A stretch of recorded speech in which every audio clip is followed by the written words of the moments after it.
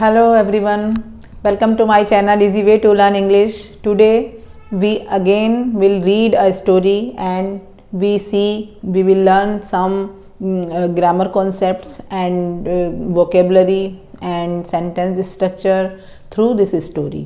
तो देख लेते हैं story. It was winter. It was winter. It was it से हमने क्यों बनाया सेंटेंस, क्योंकि हमें यहाँ पर सर्दियाँ थीं, जाड़े थे, सर्दियाँ थीं, कोई भी सब्जेक्ट नहीं है. तो सब्जेक्ट जब हमें कमी लग रही है सब्जेक्ट की, हमें सब्जेक्ट नहीं मिल रहा है, तो सेंटेंस को शुरू करेंगे इट से.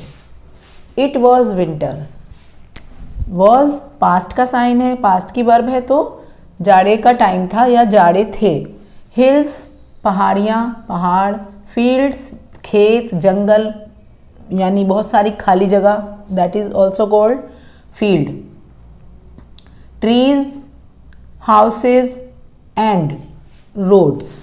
जब हम बहुत सारी चीज़ों के एक साथ नाम लेते हैं कुछ वर्ड्स के, तो हम बीच में कोमे का यूज़ करते हैं. कोमा ज़रूर लगाना होता है, लेकिन जहाँ एंड आ जाता है उससे पहले कोमा नहीं लगाते और उसके बाद भी फिर कोमा नहीं आता.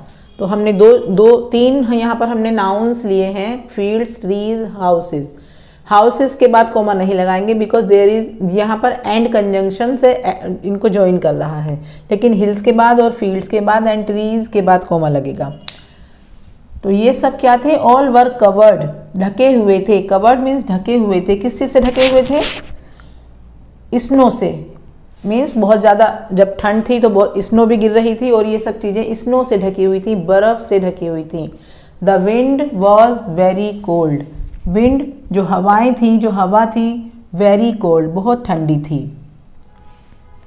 Nobody was coming out of his house. Nobody means कोई भी आ रहा था या निकल रहा था. कमिंग आउट का मतलब होता है निकलना, घर से निकलना या घर से बाहर आना. कोई भी घर से बाहर नहीं आ रहा था. ऑफ हिज हाउस, अपने घर से बाहर कोई भी नहीं निकल रहा था. बिकॉज ऑफ विंटर, क्योंकि इतनी ज़्यादा विंटर थी, इतनी ठंडी ठंडी हवाएं थी, कोई भी घर से बाहर नहीं निकल रहा था. Then someone knocked. नॉक्ड का मतलब होता है दरवाजे को खटखटाना, इस तरह से, दैट इज़ कॉल्ड नॉक्ड. तभी समवन, किसी ने खटखटाया. एट द डोर, दरवाज़ा खटखटाया. तभी किसी ने दरवाज़ा नॉक किया, खटखटाया. At the door. एट यहाँ प्रीपोजिशन है जो डोर के लिए आया है. नॉक्ड एट द डोर, जिस दरवाजे पर खटखटाया. एंड अ वीक, और एक कमज़ोर. वीक की स्पेलिंग ध्यान रखना, WEAK. एक होता है WEEK, दैट इज़ 7 डेज वाला हफ्ता.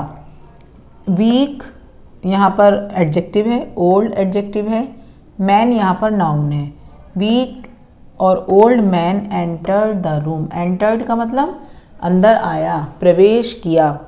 एंटर्ड अपने साथ कोई प्रीपोजिशन नहीं लेता है. ऐसा नहीं होगा कि एंटर्ड इनटू द रूम या entered to the room. Entered के साथ प्रीपोजिशन नहीं आता, सीधा आर्टिकल आया है रूम के लिए. Entered the room.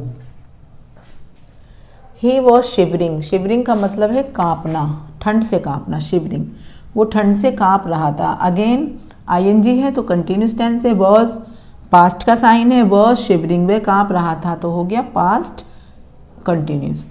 He was shivering with cold. Cold के साथ मतलब वो सर्दी से कांप रहा था, वो उसे बहुत ठंड लग रही थी. ही सॉ, उसने देखा. सेकेंड फॉर्म है सी, saw, scene.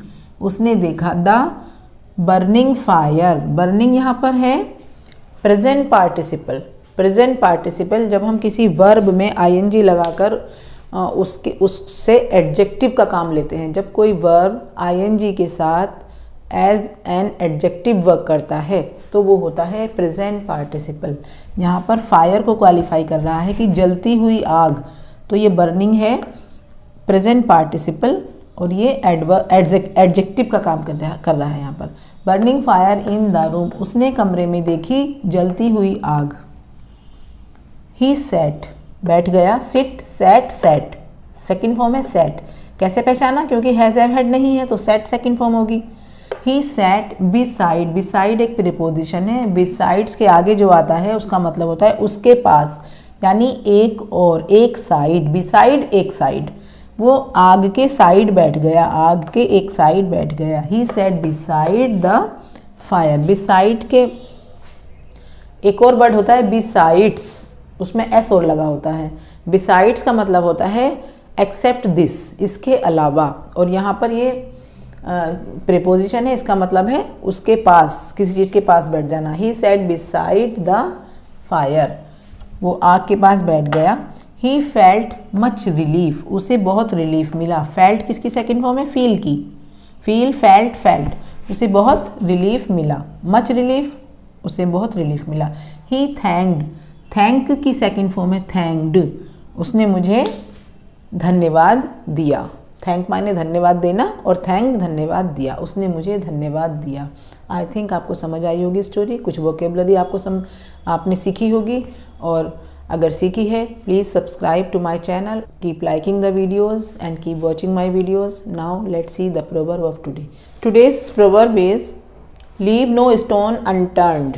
Leave no stone unturned, कोई भी स्टोन को बिना टर्न किए नहीं छोड़ना, इसका जो लिटरेरी मीनिंग है। और इसका जो प्रोवर्ब मीनिंग है दैट इज़ खून पसीना एक करना। लीव नो स्टोन अनटर्न्ड, उसने क्लास में फर्स्ट डिवीज़न लाने के लिए खून पसीना एक कर दिया। He left no stone unturned to get first position in the class, मतलब बहुत ज़्यादा मेहनत करना, बहुत ज़्यादा हार्डवर्क, खून पसीना एक कर देना, किसी भी काम को, किसी भी अपने टारगेट को पाने के लिए खून पसीना एक कर देना, तो इसको कहेंगे लीव नो स्टोन अनटर्न्ड। आप चाहें तो स्टोरी का स्क्रीनशॉट ले सकते हैं, अगर आप स्टोरी को बाद में पढ़ना चाहें तो बाद में भी पढ़ सकते हैं। Okay, thank you so much, keep shining, keep liking my videos and bye.